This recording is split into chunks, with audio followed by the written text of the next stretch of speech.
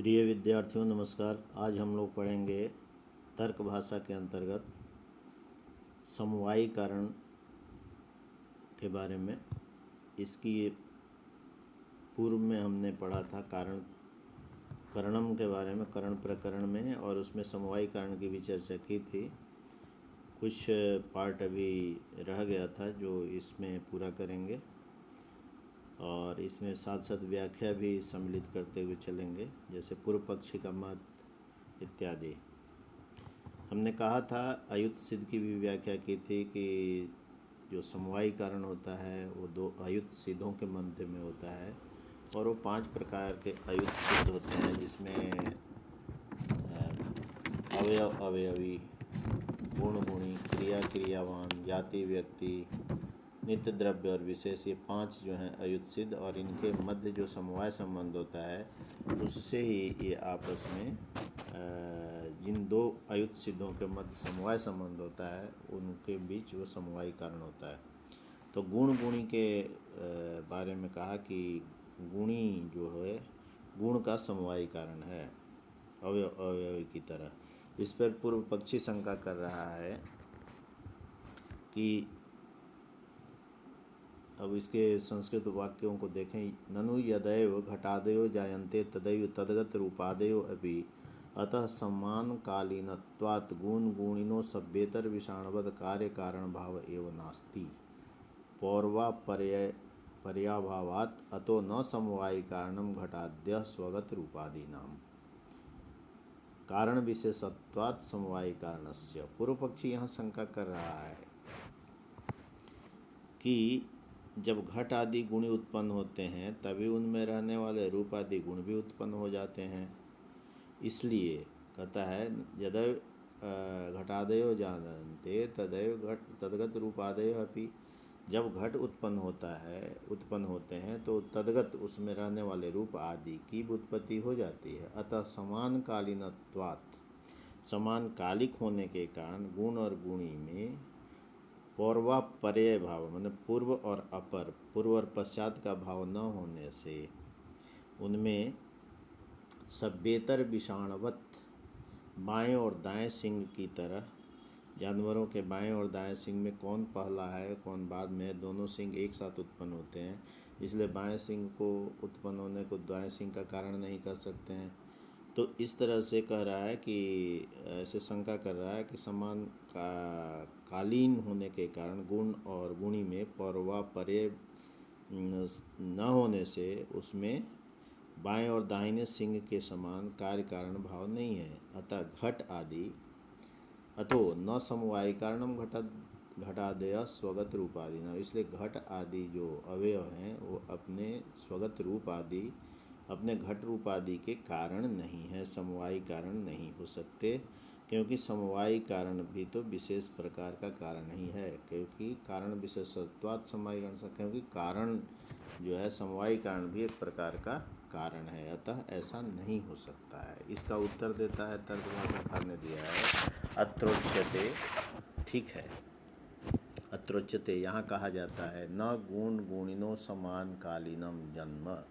उसने ये खंडन कर दिया कि जो पूर्व पक्षी कह रहा है कि गुण और गुणी का समानकालीन जन्म होता है, तो यहाँ पर तर्क भाषाकार ने उसका खंडन किया है। गुण और गुणी का समानकालीन जन्म होता ही नहीं है, क्योंकि किंतु द्रव्यम निर्गुणम में प्रथम उत्पद्यते, कि कोई भी द्रव्य प्रथम क्षण में निर्गुण ही उत्पन्न होता है, गुण बाद में उत्पन्न होते हैं। पहले द्रव्य उत्पन्न होता है तब उसमें गुण की उत्पत्ति होती है, तो इसलिए द्रव्य पूर्व में उत्पन्न हो गया, जो पूर्व में उत्पन्न हो गया वो कारण हो गया, अब पश्चातवर्ती कार्य हो गया। तो इस हिसाब से पश्चात तत्समय तो गुणा उत्पद्यन्ते, और उसके पश्चात उसमें समवेत समवाय संबंध से रहने वाले जो गुण हैं वो उत्पन्न होते हैं। समान कालोत्पत्तौ तु गुण गुण सामग्रीत्वात् भेदो न स्यात्, समान काल में उत्पत्ति होने से तो गुण और गुणी में समान सामग्री के भेद न होने से भेदो न स्यात्, फिर भेद ही नहीं होगा। तो कारण भेद नियतत्वात् कार्य भेद भेदस्य, कारण भेद और कार्य और कारण में भेद है, ऐसा है, तो इसलिए तस्मात् प्रथमे क्षणे निर्गुण एवं घट उत्पत्ति, इसलिए हम कहते हैं कि प्रथम क्षण में निर्गुण घट उत्पन्न होता है और गुणेभ्य पूर्व भावेति, और वह जो घट है यानी जो घट द्रव्य है वो गुण का पूर्वभावी है, पूर्ववर्ती है। पूर्वभावी भवति इति गुणानाम समवायी कारणम। इसीलिए जो द्रव्य है, जो घट रूपी द्रव्य है, वो अपने गुण घट रूपता का पूर्ववर्ती होने से वो उसका समवायी कारण है, क्योंकि घट में घट रूपता जो है समवेत समवाय संबंध से उसमें आपस में रहते हैं। तथा कारण भेदो अपि अस्ति इसीलिए कारण का भेद भी है, कारण और कार्य का आपस में भेद भी है। घटो ही घटम प्रति न कारणम, घट ही घट के प्रति कारण न कारण, कारण नहीं हो सकता है। कस्य एवं पौर्वापर्या भावात, क्योंकि एक का दूसरे के प्रति पूर्वापर भाव न होने से न ही स एव तमेव प्रति पूर्वभावी, और न ही वह उसके प्रति पूर्वभावी पश्चातभावी जो होता है। स्वगुणान प्रति तो पूर्वभावित्वात्, और अपने गुण के प्रति, अपने जैसे घट है, घट घट के रूपता के प्रति घट जो है, जो द्रव्य है, वो उसका पूर्वभावी होने से गुणा नाम समवायी कारणम, वह गुणों का समवायी कारण है। गुणी घट जो है वह गुण घट रूप गुण का वह समवायी कारण है, क्योंकि वह उसका पूर्ववर्ती है और दोनों में समवाय संबंध है। क्योंकि गुण गुणी को भी एक अयुत सिद्ध माना था, उस अयुत सिद्ध होने के कारण से वे दोनों आपस में समवाय संबंध से जुड़े रहते हैं। इसके बाद भी एक शंका करता है, ननु एवं सति प्रथमे क्षणे घटो अचाक्षुष स्यात् अरूपी द्रव्यत्वात् वायुवत्, तदेव ही द्रव्यम चाक्षुषम यत् महत्त्वे सत्य उद्भूत रूपवत् अद्रव्यम च स्यात् गुणाश्रयत्वाभावात् गुणाश्रयो द्रव्यम इति ही द्रव्य लक्षणम। कहता है कि एक और भी लें हम तो कहते हैं गुणाश्रय द्रव्यम। द्रव्य की परिभाषा क्या है? जो गुणाश्रयो द्रव्यम, द्रव्य जो है गुण के आश्रित रहता है। गुण आश्रयो द्रव्यम इति ही द्रव्य लक्षणम, द्रव्य का लक्षण है जो गुण के आश्रित। तो इस तरह से यहाँ पर पूर्व पक्षी क्या कह रहा है कि ऐसा मानने पर तो प्रथम क्षण में घट का चाक्षुष प्रत्यक्ष का विषय न होगा, रूप रहित द्रव्य होने के कारण वायु के समान। कहता है कि यदि उसमें रूप होगा ही नहीं तो फिर घट का द्रव्य की उत्पत्ति जो आप कह रहे हैं कि पहले द्रव्य उत्पन्न होता है उसके बाद रूप उत्पन्न होते हैं, तो ठीक है। तो जब उसमें रूपता घट रूपता हुई नहीं, घट रूपता थी ही नहीं, तो उसको हम घट के रूप में जानेंगे कैसे?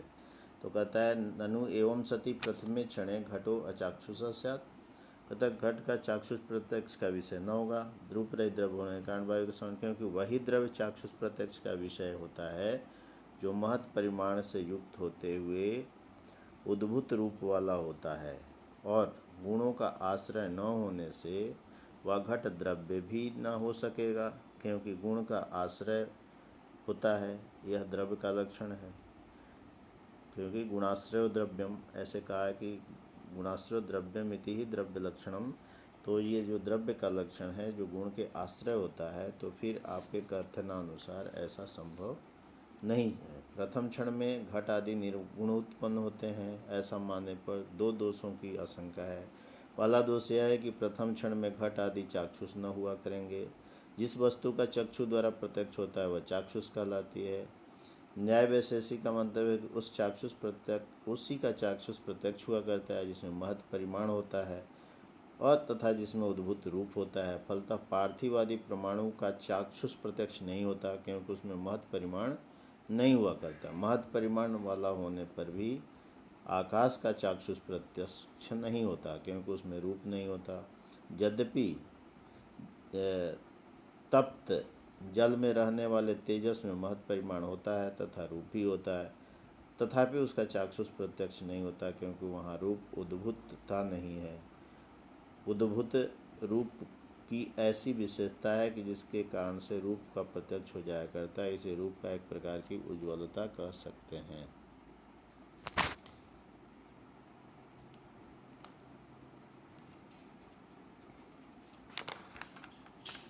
तो कहता है ठीक है, ऐसा ठीक है, सत्यम प्रथम क्षणे घटो यदि चक्षुषा न गृह्यते का नो हानि। यदि प्रथम क्षण में घट का चाक्षुष प्रत्यक्ष नहीं होता तो हमें क्या हानि, न किम हानि, का हानि, हमें क्या हानि है। न ही सगुणोत्पत्ति पक्षे अपि निमिषावसरे घटो गृह्यते। मान लिया कि सगुण उत्पत्ति, मान लें कि साथ साथ उत्पन्न होता है, तो भी निमिषावसरे एक निमिष पल के भी छोटे से छोटे अंश को निमिष कहते हैं, उस अंश में भी प्रथम क्षण में चक्षु द्वारा घट का ग्रहण नहीं होगा। तेन व्यवस्थितम एतद निर्गुणम एवं प्रथम घटम उत्पन्न। इसलिए हम कहते हैं कि प्रथम क्षण में घट निर्गुण ही उत्पन्न होता है। द्वितीयादि क्षणेषु चक्षुषा गृह्यते। अब द्वितीय क्षण में वो चक्षुषों के द्वारा ग्रहण होता है जब उसकी उत्पत्ति होती है। प्रथम क्षण में घट उत्पन्न होता है, उसके बाद घट रूपता आती है और वो जो है द्वितीय क्षण में उसका ग्रहण होता है। न च प्रथमे क्षणे गुणाश्रयत्वाभावात् अद्रव्यत्वापत्ति। और कहता है इसलिए द्वितीय क्षण में होने से उसमें द्रव्यत्व की भी आपत्ति नहीं होती। अद्रव्यत्वापत्ति, द्रव्य नहीं है ऐसा नहीं कह सकते। समवायी कारणम द्रव्यम यदि द्रव्य लक्षणम योगात्। हम कहते हैं कि समवायी कारण का जो लक्षण है, तो समवायी कारणम द्रव्यम, जो समवायी कारण वाला है वो द्रव्य है, ऐसा द्रव्य लक्षण का भी हमारे यहाँ बतलाया जाता है। योग्यतया गुणाश्रयत्वाच्च, अयोग्यता के कारण से, जो गुण का आश्रय होने से। योग्यता च गुणानाम अत्यंताभावाभाव, और गुणों के अत्यंता भाव का अभाव ही यह योग्यता है। कहता है कि यह द्रव्य का लक्षण घटित हो जाता है। जैसे इस परिहार करता यह भी कहा कि प्रथम क्षण में गुणों का आश्रय न होने के कारण घट आदि में द्रव्यत्व का अभाव होने लगेगा, क्योंकि समवायी कारण द्रव्य होता है। यह द्रव्य का लक्षण घटित हो जाता है। द्रव्य लक्षण से योगात घटनात्। यदि गुणाश्रय द्रव्यम यही द्रव्य का लक्षण माना जाए तो भी दोष नहीं, और क्योंकि वह प्रथम क्षण का घट योग्यता से गुणों का आश्रय है ही, गुणों के अत्यंता भाव का अभाव ही यहाँ योग्यता है। इस प्रकार से वो बतलाना चाहता है कि यहाँ इस प्रकार से हम जो कहते हैं कि द्रव्य जो प्रथम क्षण में उत्पन्न होता है वो निर्गुण उत्पन्न होता है, और गुण बाद में उत्पन्न होते हैं। इसलिए गुण गुणी के मध्य जो संबंध है वो समवाय संबंध है, और उसमें जो एक दूसरे से समवाय कारण होते हैं। इस तरह से पूर्व पक्षी का निराश भी किया है यहाँ शास्त्रकार ने, और यहाँ समवाय कारण की व्याख्या संपूर्ण होती है। इसके आगे असमवाय कारण को हम लेंगे। आज इतना ही। और ये व्याख्या की दृष्टि से भी, चूँकि इसमें पूर्व पक्षी का मत है, फिर उत्तर पक्षी में जो शास्त्रकार का मत, तर्क भाषाकार का मत है, इस तरह से यहाँ पर व्याख्या के लिए भी ये पॉइंट इम्पोर्टेंट है और इसको देखना चाहिए। धन्यवाद, नमस्कार।